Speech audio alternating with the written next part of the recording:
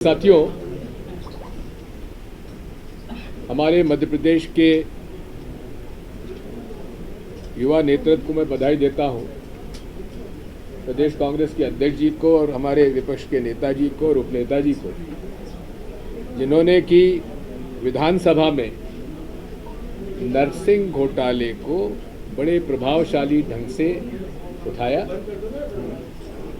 सरकार से ऐसे प्रश्न पूछे जिसका वो उत्तर नहीं दे पाए। जहां नर्सिंग कॉलेजेस में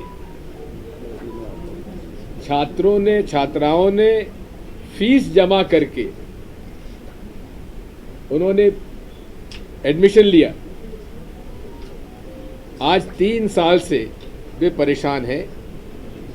पढ़ाई हो रही है कि नहीं हो रही है, इम्तिहान क्यों नहीं हो रहे हैं, और जिनके इम्तिहान हो गए उनके नतीजे नहीं निकल रहे हैं। तो आखिर ये अपने आप को जो युवाओं के एक प्रतीक कहते हैं, ये इन छात्र छात्राओं के साथ अन्याय क्यों कर रहे हैं। और यही नहीं है, सीबीआई को जांच मध्य प्रदेश सरकार ने नहीं सौंपी, माननीय हाई कोर्ट ने सौंपी। और ये डबल इंजन सरकार का जो डबल इंजन भ्रष्टाचार है, इसका माननीय अध्यक्ष जी ने इसका जिक्र किया है, उसमें सीबीआई के अधिकारी भ्रष्टाचार करते पाए गए, जिसमें कि कुछ को बर्खास्त किया गया है। ये वही लोग हैं जो व्यापम से भी इन्होंने जांच की थी। तो सीबीआई पर भी भरोसा नहीं कर सकते, मध्य प्रदेश की इकोनॉमिक ऑफेंसेस विंग पे भरोसा नहीं कर सकते, स्पेशल इन्वेस्टिगेटिव टीम पे भरोसा नहीं कर सकते। इसके बारे में जैसा कि माननीय अध्यक्ष जी ने कहा है, 2006 के बाद से जितना भी भर्ती में एडमिशन में घोटाले हुए हैं, व्यापम से लेकर और आपके नर्सिंग घोटाला, और जैसा कि हमारे विपक्ष के नेताजी ने कहा है कि अब एक और घोटाला वो 4 दिन बाद बताएंगे। इसकी मानसिकता और ये तरीका किसका है, ये ब्रेन किसका है? ब्रेन उस व्यक्ति का है जो यहां मुख्यमंत्री रहा, जो आज केंद्र में मंत्री बन गया है, और ये उसके फंड क्रेजर हैं, ये विश्वास सारंग और उनकी पुरानी टीम। ये खुद कहते हैं प्राइवेट कन्वर्सेशन में, भैया हमको तो थोड़ा बहुत खुरचन मिल जाता था, मलाई तो ऊपर जाता था। ऊपर कहाँ जाता था, ये विश्वास सारंग जी बताएंगे। या शिवराज सिंह चौहान जी के डंपर घोटाले से लेकर आखिर तक खुरचन किसके पास जाता था और मलाई किसके पास जाती थी, वो बताएंगे। और ना खाऊंगा ना खाने दूंगा बोलने वाले नरेंद्र मोदी जी इसका जवाब दे सकते हैं। आखिर ये तो प्रमाणित है कि व्यापम घोटाले को भी हम लोग सुप्रीम कोर्ट से ऑर्डर सीबीआई के करा पाए।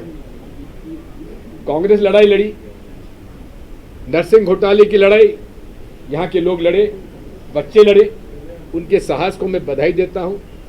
और वहाँ के युवाओं ने लड़ाई लड़ी जो किसी पार्टी संबंधित नहीं है, हम उनके साथ। हम गए थे वहाँ एफआईआर दर्ज कराने के लिए थाने पर।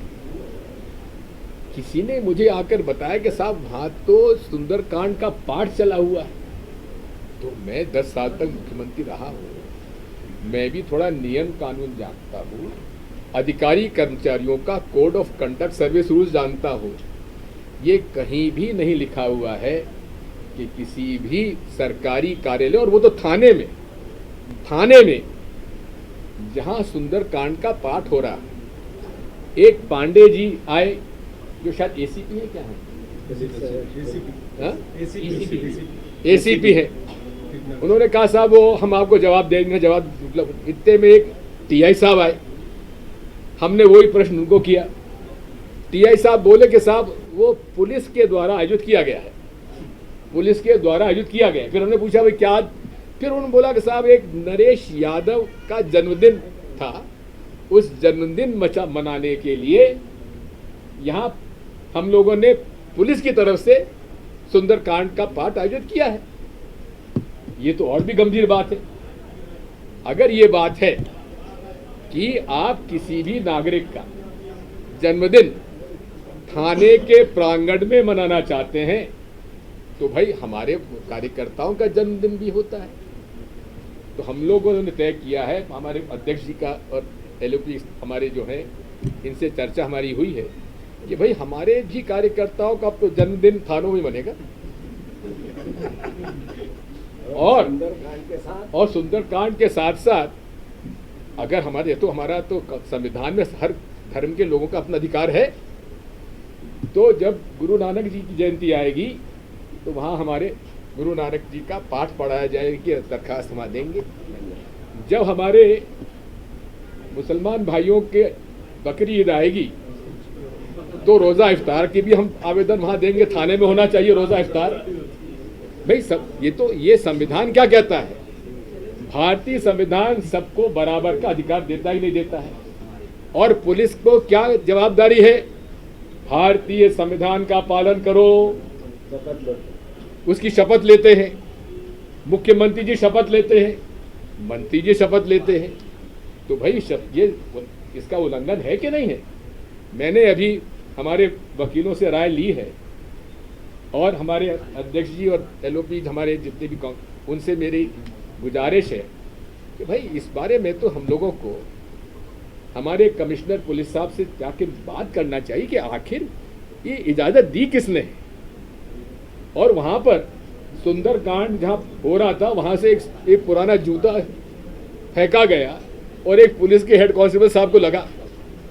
तो मैंने कहा बधाई हो हेड साहब आपको। बात यही है, ये पूरी सरकार पूरे तरीके से संविधान, सर्विस कंडक्ट रूल और नियम कानून के खिलाफ है। और मैं चेतावनी देना चाहता हूं सारे सरकारी कर्मचारी और अधिकारियों को, अगर उन्होंने इसका पालन नहीं किया संविधान का, तो हम कांग्रेस पार्टी इनको नहीं बख्शेंगे।